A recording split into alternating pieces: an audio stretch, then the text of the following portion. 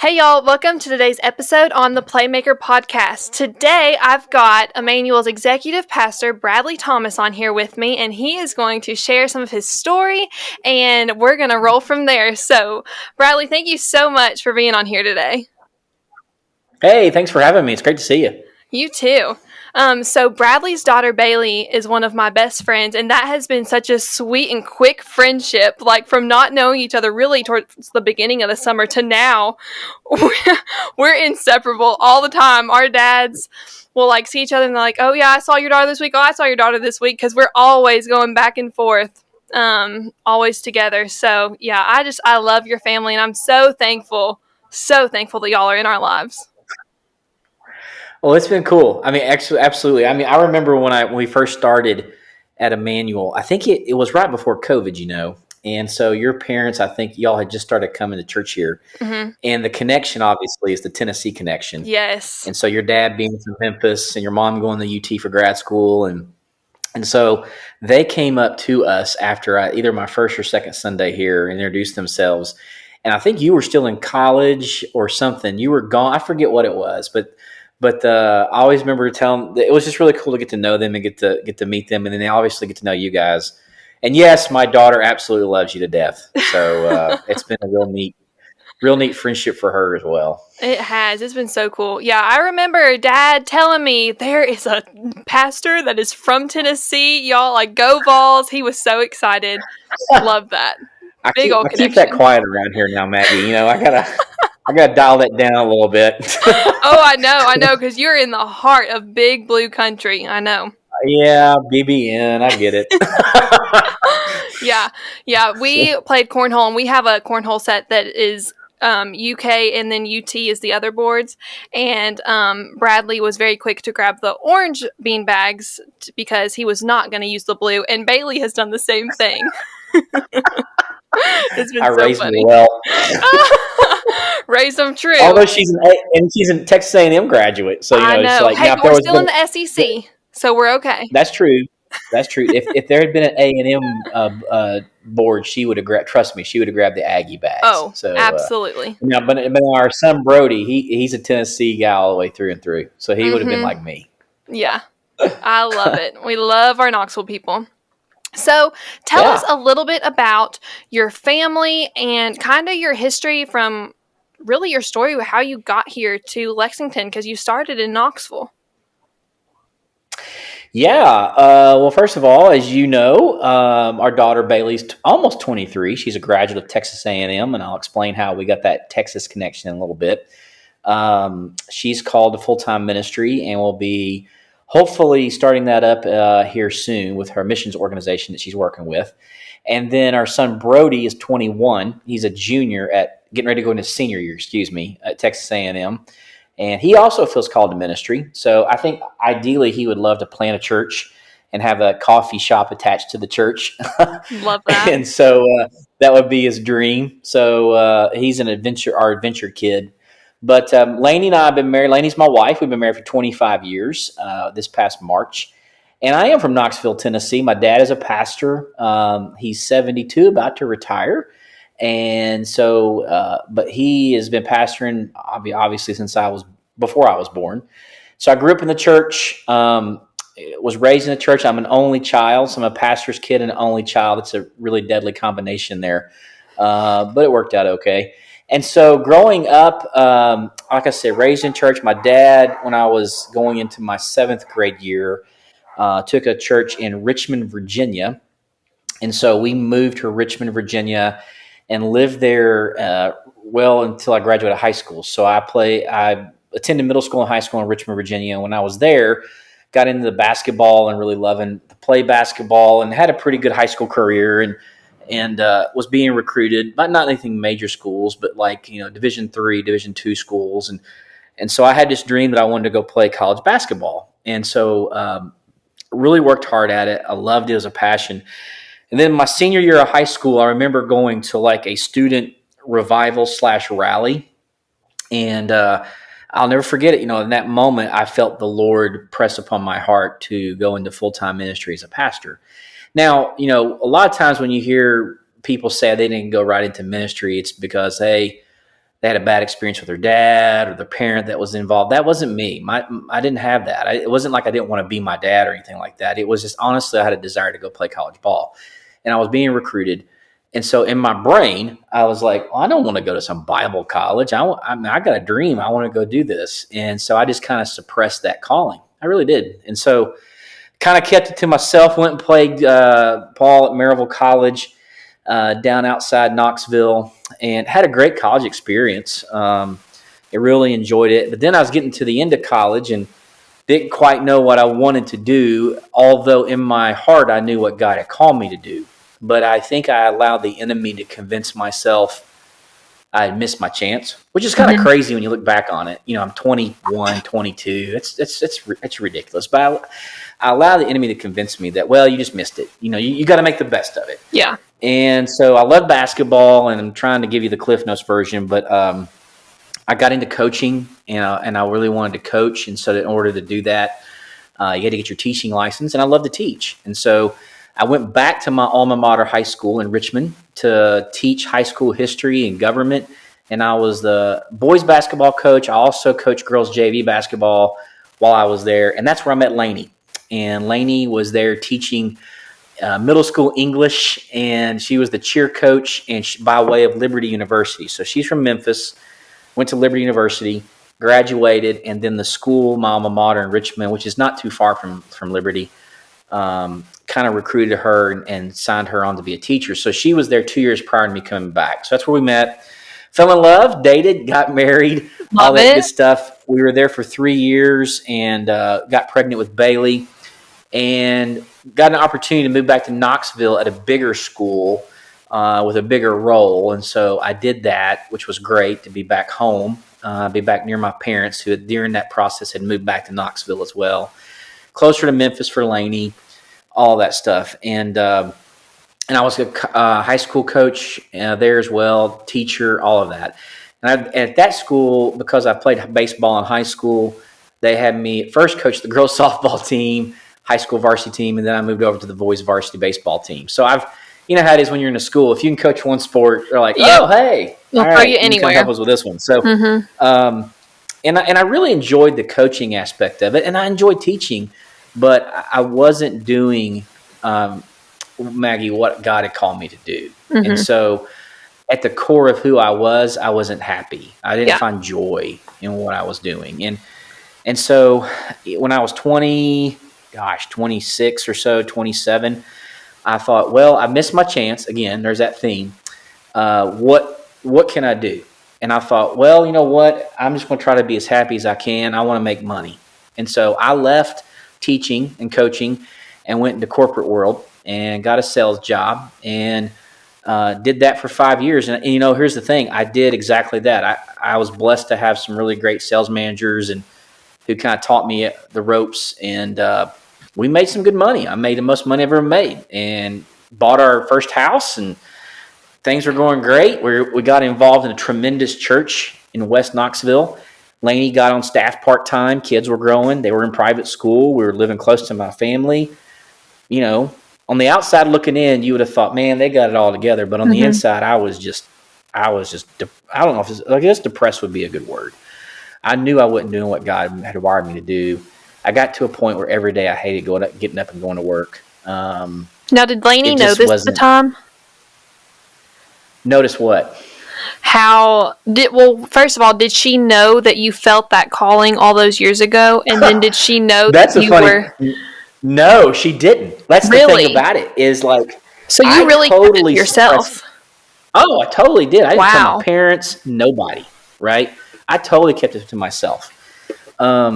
Now, what's funny in the story, when I got to that point and I finally surrendered to that call, nobody was shocked. But no, I didn't tell Lainey at all. Wow. But she knew something was wrong. I mean, the first 5 years of our marriage, because I think it had a lot to do with me not following the Lord's direction in my life. My relationship with the Lord was up and down. So therefore, I wasn't the best husband I could be. I wasn't the best dad I could be.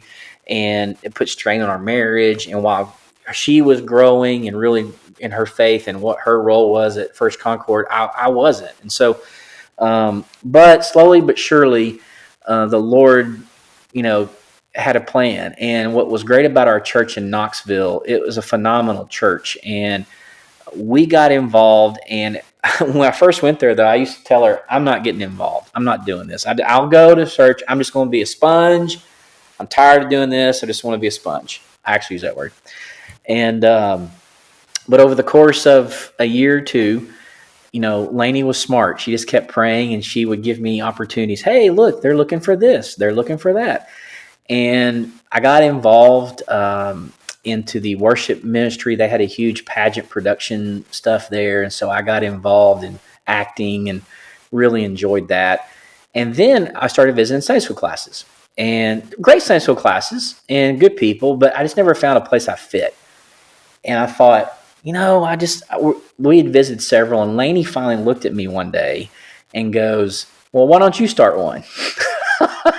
And I thought, I've never taught adults. I've only taught students. I don't know if I can do that. She goes, well, why not? So I finally said, all right, I'm doing it. And we got two couples to join us that were friends of ours. And I remember going to the pastor that was over that church at the time.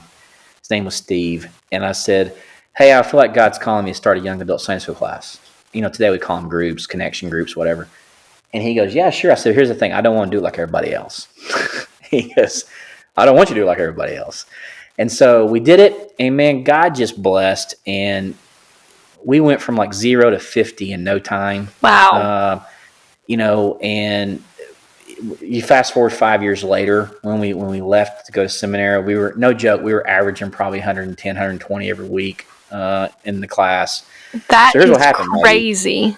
I know. I started doing that. So I was teaching every week, right? I was pouring into guys and meeting with them. We were doing men's studies, one-on-one. We were having activities we were young adults. All of us are starting to get our families, having babies, all that. So we just started living life and having community and serving together and worshiping together. And man, I found like, this is what I want to do, right? This is what I want to do. And so while I'm going to my job that pays the bills, I couldn't stand it. I'm over here doing all this stuff as a volunteer, and I'm loving it. Mm-hmm. And I just felt that the Lord just pulling that up in me, that I had suppressed for so many years. And then in 2005, our pastor, at the first of the year, preached a series. I don't remember the title of it, but it was something to the effect of living out the dreams that God has planted in your heart. And the challenge, the whole series was, God's called you to do certain things. God has gifted you to do certain things, but you're not doing it because you're afraid. You're not doing it because you're holding back. You don't want to give something up. I mean, it was a great series. And it actually, man, that series, you look back onto it, and years later, he's in heaven today. I would talk to Brother Doug, and he would joke about, yeah, that was a great one, because obviously, I'm not joking. There were probably 8, 9, 10 families that sold their businesses and went on the mission field that are still missionaries. There were probably 7 or 8 of us, like myself, that just surrendered to full-time ministry and went to seminary. They're still in churches today. It was just a phenomenal series. And so that's what got the ball rolling in me to finally say, I'm missing my calling. I'm 31. I'm missing my calling. I'm not going to do this anymore because I just can't. I'm not. And so that's when I told Lainey, and that began the process of really just seeking godly counsel and advice from some pastors on staff there, and who are great friends even to this day. And going to my senior pastor at Concord, and of course Lainey, my dad, just a lot of people in my life that I just started talking to and asking them to pray for us about where and how that would happen. So, and again, 2005 was the pivotal year, and there's a whole other story that goes along with that. But we ended up moving to Dallas, Fort Worth, Texas, and I went to Southwestern Seminary. That was a very difficult move for us. It wasn't easy, and so I can't imagine. Like this is where God wanted us to go. Mm-hmm. And so, long story short, I went on staff part-time at First Baptist Euless. Lainey got hired on full-time. Kids were 7 and 5 at the time. Bailey was 7 and Brody was 5. And we lived in Dallas-Fort Worth for 7 years. Graduated seminary, got ordained. My role increased and changed there over time. It was a great church. And then God called us to Houston in 2012. And so we were there in Houston for 6 years while Bailey and Brody went through middle school and high school. So that was the Texas A&M connection, right? Mm-hmm. Because A&M was about an hour drive from our house where we lived in Houston. So we kind of grew up in A&M, or they grew up in A&M country. So that's why I Yeah. went to school there. And so the rest is history. So was in Houston for 6 years, Northern California for 2, and then God brought us to Lexington. So we've kind of made this big circle. It's been Mm-hmm. kind of cool. All So, around. yeah. So And love it here. Love it. Oh, and we love that you're here too. Well, thank you. So when you talk about like you felt this calling, like you knew that this was what the Lord was instilling in your heart, but you didn't listen. How did you know that that voice and that dream was from the Lord and not just something that was kind of familiar? Because like you grew up in the pastor's family. Like Yeah. how did you discern the difference? That's a really good question. I think I was 17, and I think it was my experiences on my own as a high schooler. I mean, I was pretty involved in high school. I didn't just play basketball, and I was involved in my youth group, and throughout high school, I was always put into these leadership positions, whether that be even speaking in front of my high school group or leading certain activities or events. My youth pastor, again, I was blessed to have great ministers and pastors, and it goes back to when I was in high school. My basketball coach, who was a strong believer, just pulling that out of me, and being a captain on the basketball team, and just knowing that, having a feeling that God had called me to do and impact people's lives, and so when the message that guy preached, and I can't remember his name. He was a young guy from Liberty University, did a great job. But I remember the message, and the message was very clear. And I remember him saying, tell me what you dream about all day long, and I'll tell you who your God is. Whoa. And that just right between my eyes, because at the time it was basketball.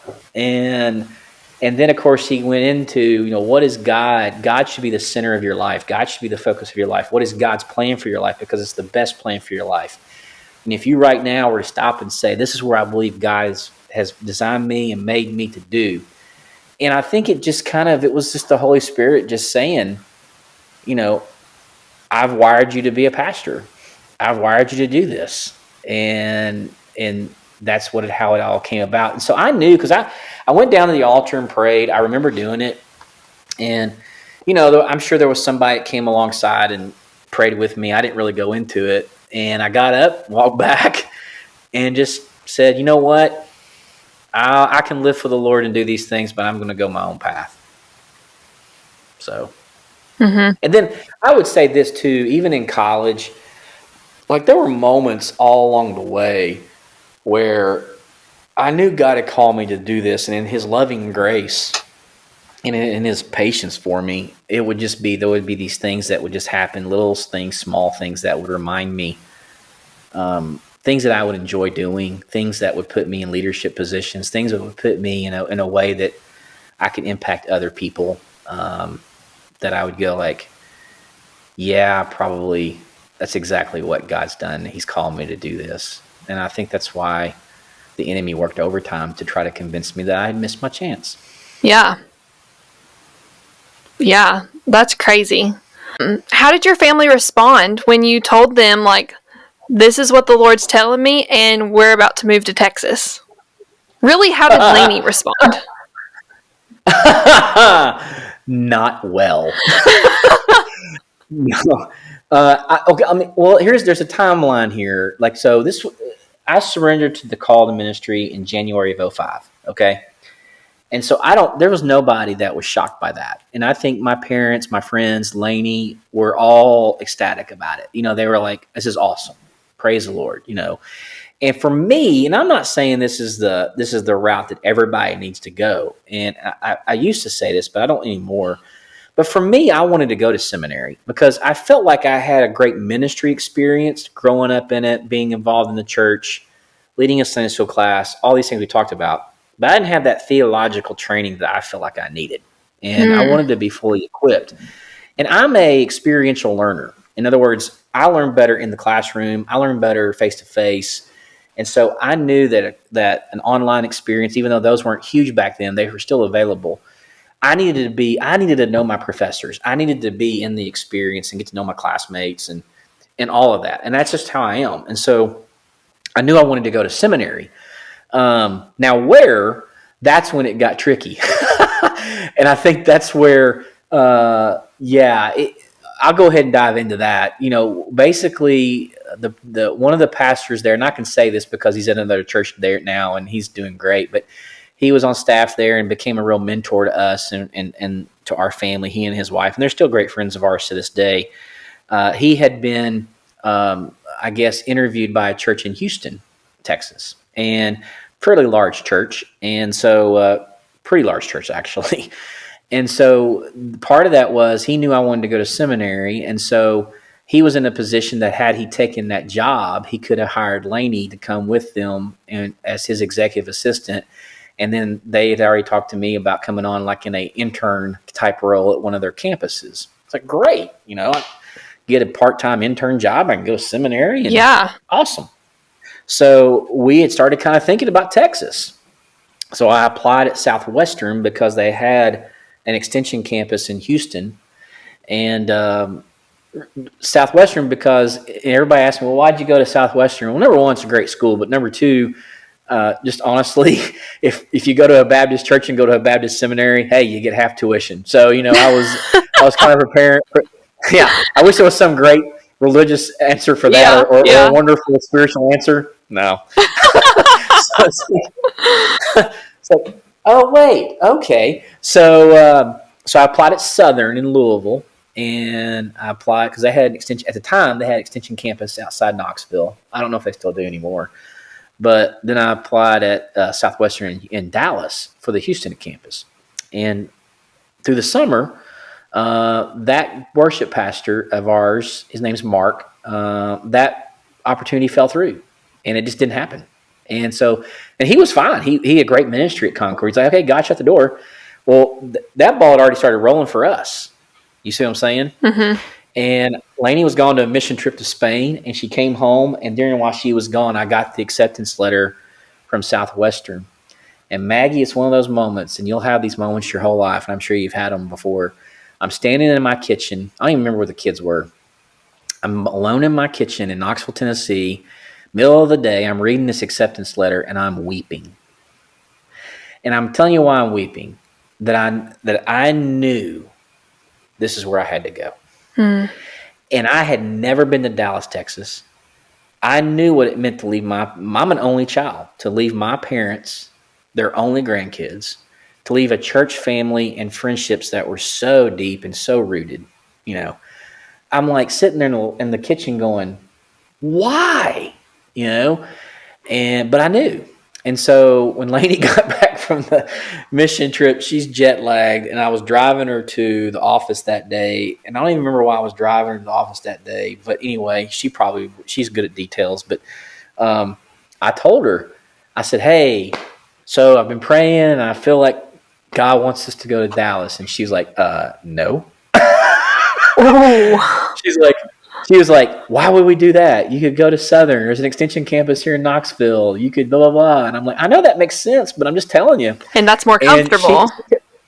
And she tells the story funny. She's like, at that moment, and she would tell you this if she were here. She would say that she wasn't in the right frame of mind. God had to work on her heart. She was jet lagged, all this stuff. Mm-hmm. And I remember she tells the story that I went, well, honey, I'll pray for you. Not like condescending, but just, I'll pray for you. You kind of thing. Yeah. She's like, whatever. Yeah. This house slams the door. The next day, her lifetime best friend, I heard you one of your podcasts where you had a friend from like 3 years old whose dad's the coach at UK or something like that. Okay. Yes. This is kind of like Angie Elkins to Lainey. All right. They have been BFFs. They're the legitimate term. Well, at the time, Angie's husband was the worship pastor at a church in Dallas, and they were looking for a children's theater producer. And Lainey had experience in that. And Angie calls her up and says, hey, guess what? Bradley's going to seminary. And Lainey was like hung up on her, came back later, And it's when she started to realize, man, God, this is it. This is Yeah. it. And so it just I just all got fell chills. into place. It just all fell into place. It was like, it was just boom, boom, boom, boom. And she tells the story of how she walked into her boss, who was the worship pastor, who had interviewed that church in Houston. Mm-hmm. And he was looking at his computer screen at the church that had interviewed her for this job. And she's so loyal. She was like, oh my goodness, they're a great family. We love them. And she's like, I don't know I don't know how to tell him this. She's not even shared it with him. And he was looking at their website because he was trying to get some information about their student choirs that he wanted to do at the church in Knoxville. And Lainey brought in his coffee and spilled it when she saw the first Euless on the screen. And he turns around, he goes, what is wrong with you? Since we got back from Spain, something's been wrong with you. And she sits down in the chair and starts crying. She goes, oh, God, we're moving to Dallas, And he leaned back, no joke, Maggie. He leaned back in his chair and he went, that's what Houston was about. And it was like, yeah, it wasn't about him. It was about us and God preparing our heart to move to Texas. Because we would have never, ever, I'd have never applied to Southwestern Seminary had it not been for that, ever. I'd never been to Dallas. Wow, I have chills all over. That is It was crazy.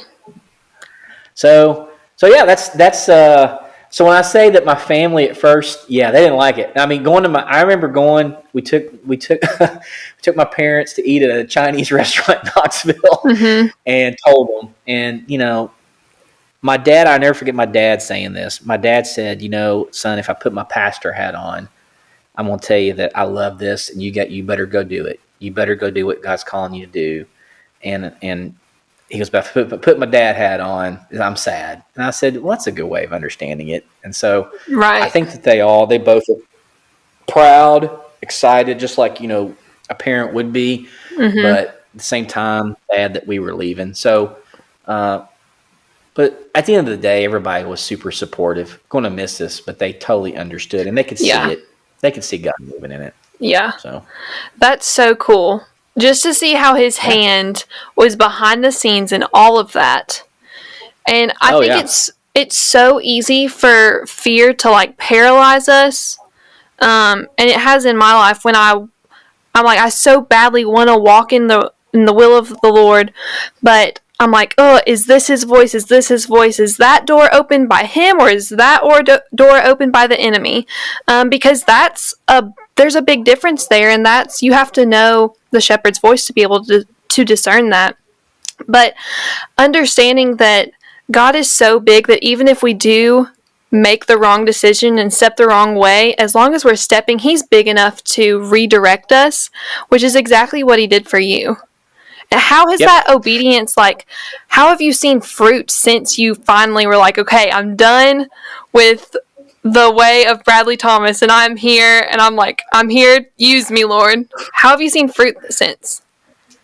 Oh man, it's like I can't even begin to tell you the amazing journey that it has been for the last 16 years. I mean, I could have never dreamed that I've been able to do what we've been able to do, me and Lainey both. I mean, growing up as a pastor's kid, middle class family, Knoxville, Tennessee, I'd always had this kind of want to go see the world, want to go get out there and do things, but I never really thought I could.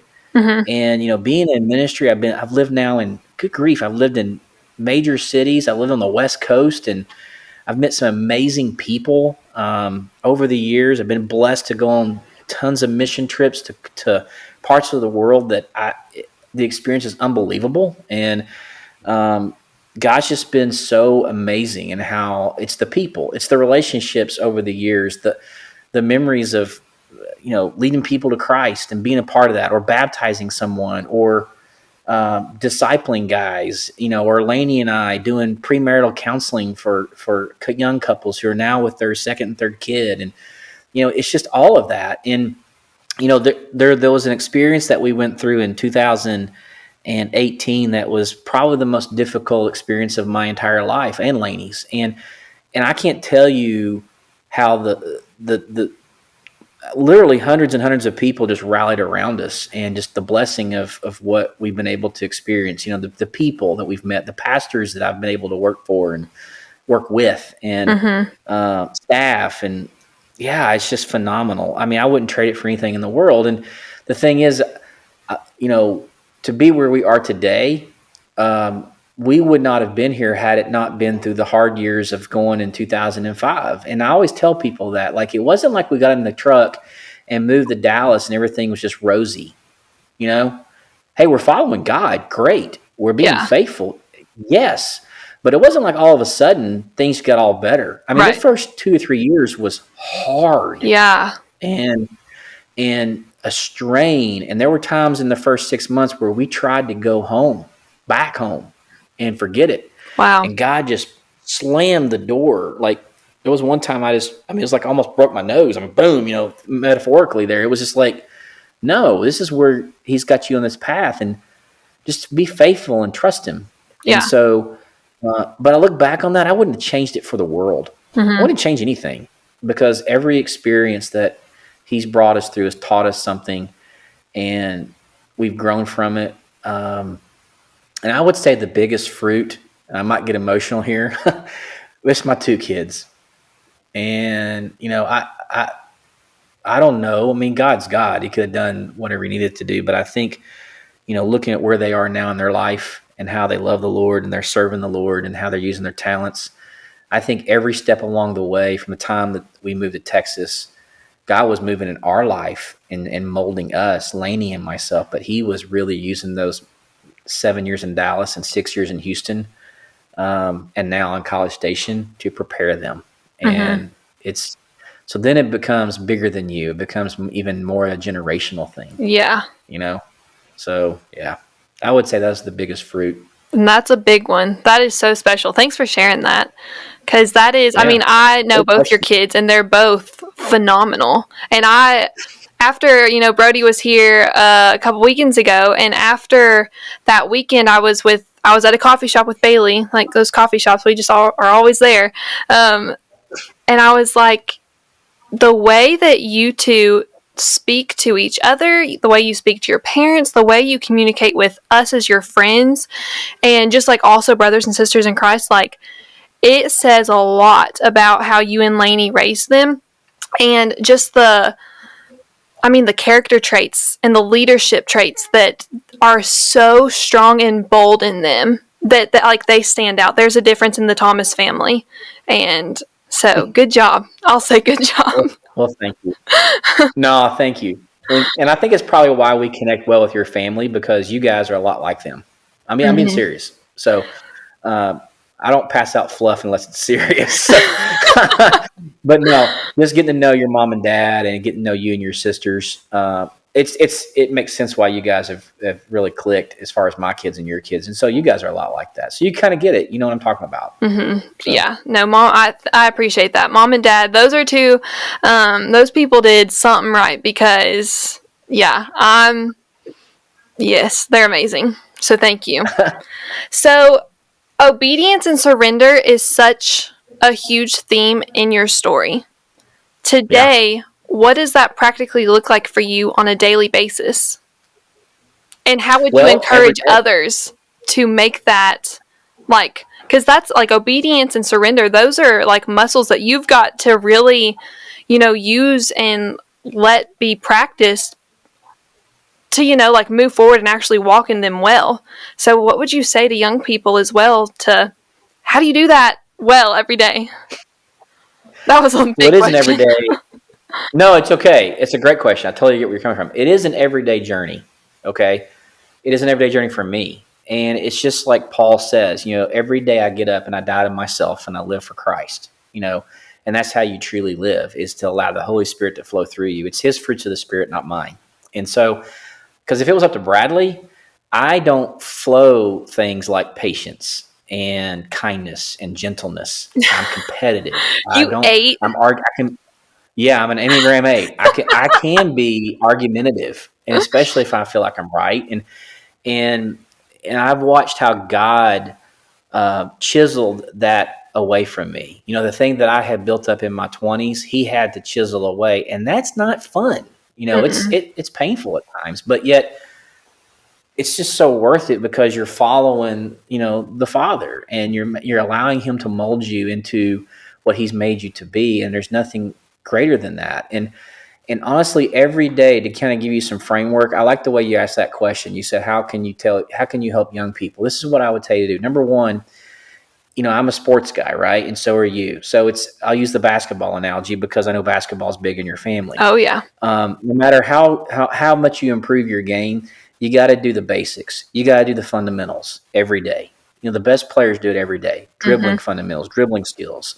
You know, um, I always love watching certain players get out on the court, they walk out for the first time. And if it's a person that shoots a three for the first time and they just start doing that, I'm like, they don't understand shooting, but it's the ones who step in there and they start right into the basket Yep. and they work on their form, and they'll shoot 10 shots on the right, 10 shots on the left because they're working on their form. It's the Mm-hmm. fundamentals, right?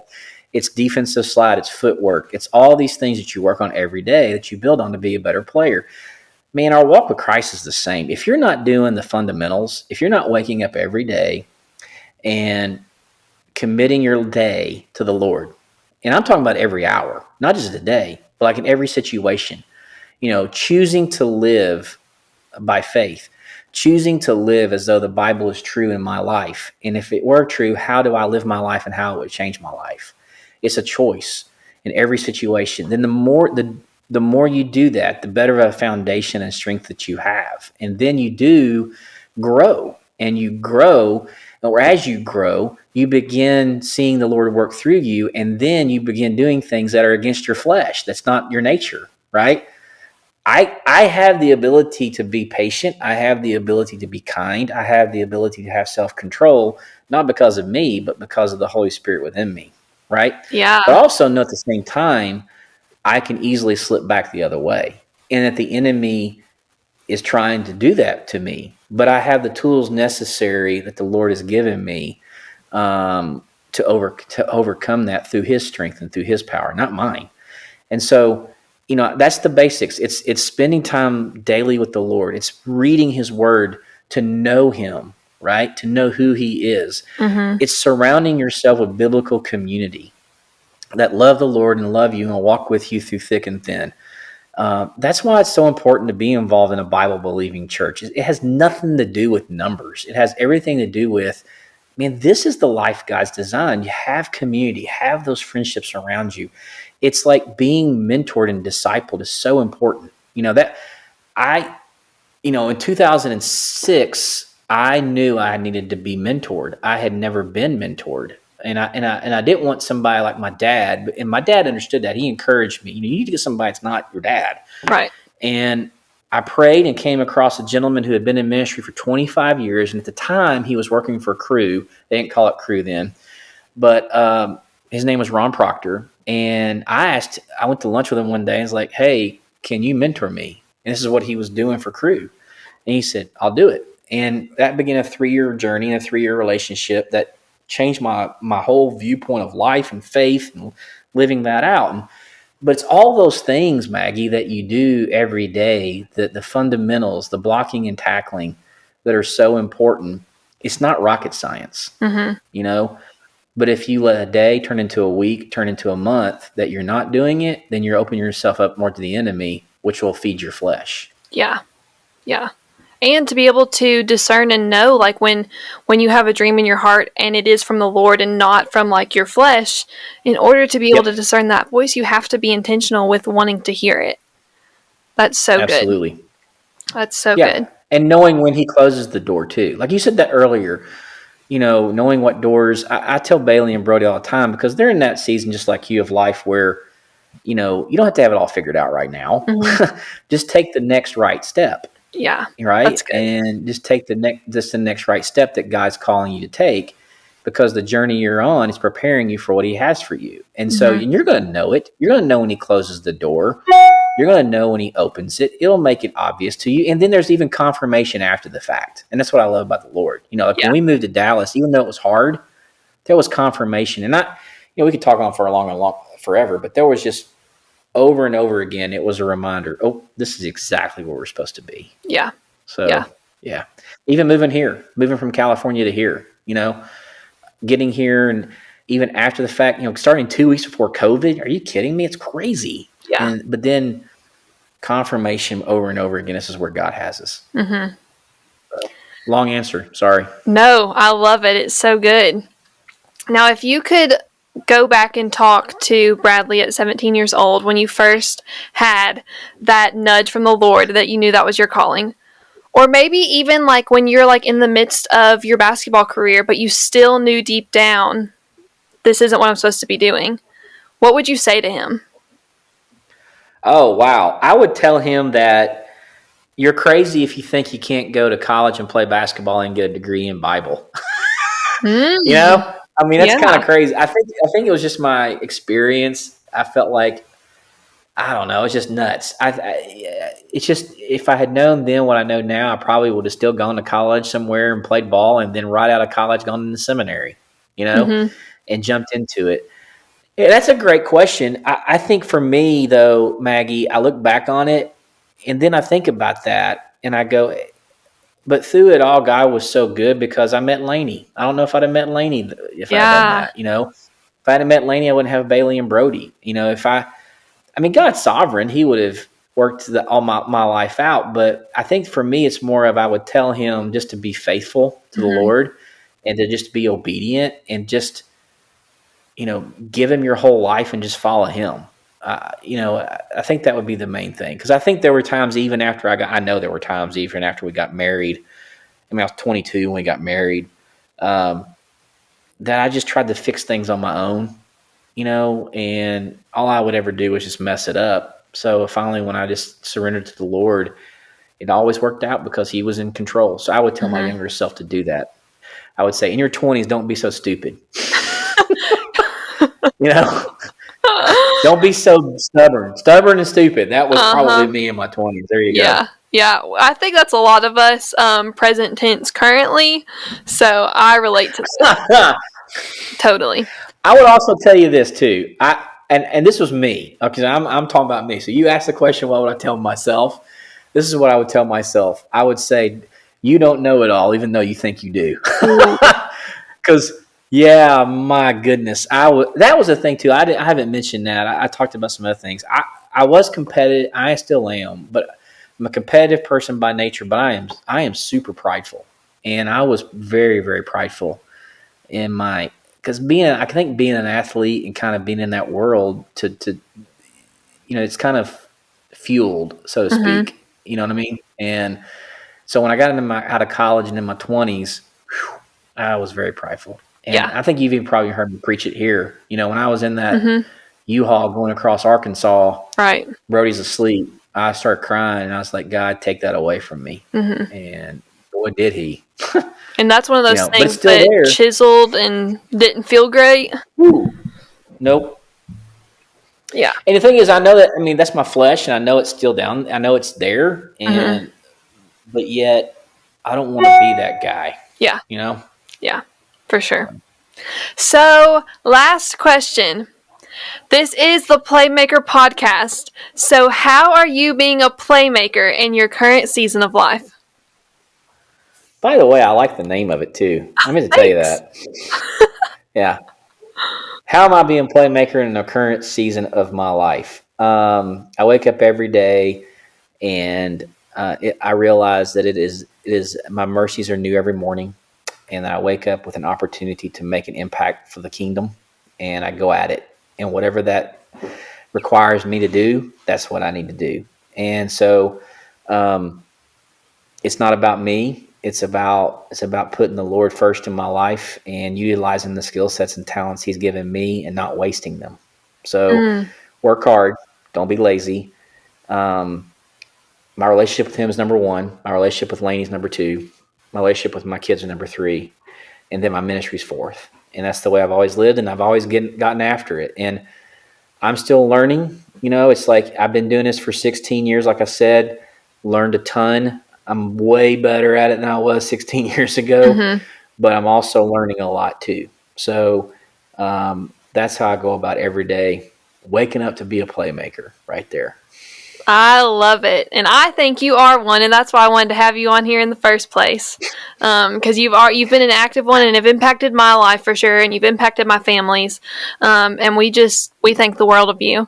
So thank Well, you thank for you. being here today. Did we miss anything? Is there anything else that you need to let the people know? No, I'm good. I mean, it's kind of crazy, you know. It's like, what's that one question that goes, "What's one thing that nobody knows about that you've done?" I Mm-hmm. guess. All right, I'll leave you with this one. You ready for this? Ready. There's a few of them, but Lainey and I were married. We were living in Knoxville, and I won on a radio contest tickets to an ice hockey game in Knoxville, a minor league ice hockey game. But I didn't realize that it meant that at halftime I had to go down to the ice rink and it was at Thanksgiving and bowl a turkey or try to bowl the turkey from center ice into the net. And it was me against another person from another radio station. So they went first. Seriously, they went first, missed it. Well, I'm Mr. Competitive, like I'm watching center ice. This arena's packed, and I got this turkey was huge. It was raw. It was huge. It was turkey bowl, right? So no joke, I bowled it and it went right in the net. Wow. Place goes crazy. And then they had it on the. I mean, it's Knoxville, so it's not. You know, it's a slow news day. They had it on the 11 o'clock news and sports that night, and they didn't name my name because the guy goes. The sportscaster goes, check out this guy tonight at the Ice Bears game. Oh my So there goodness. you go.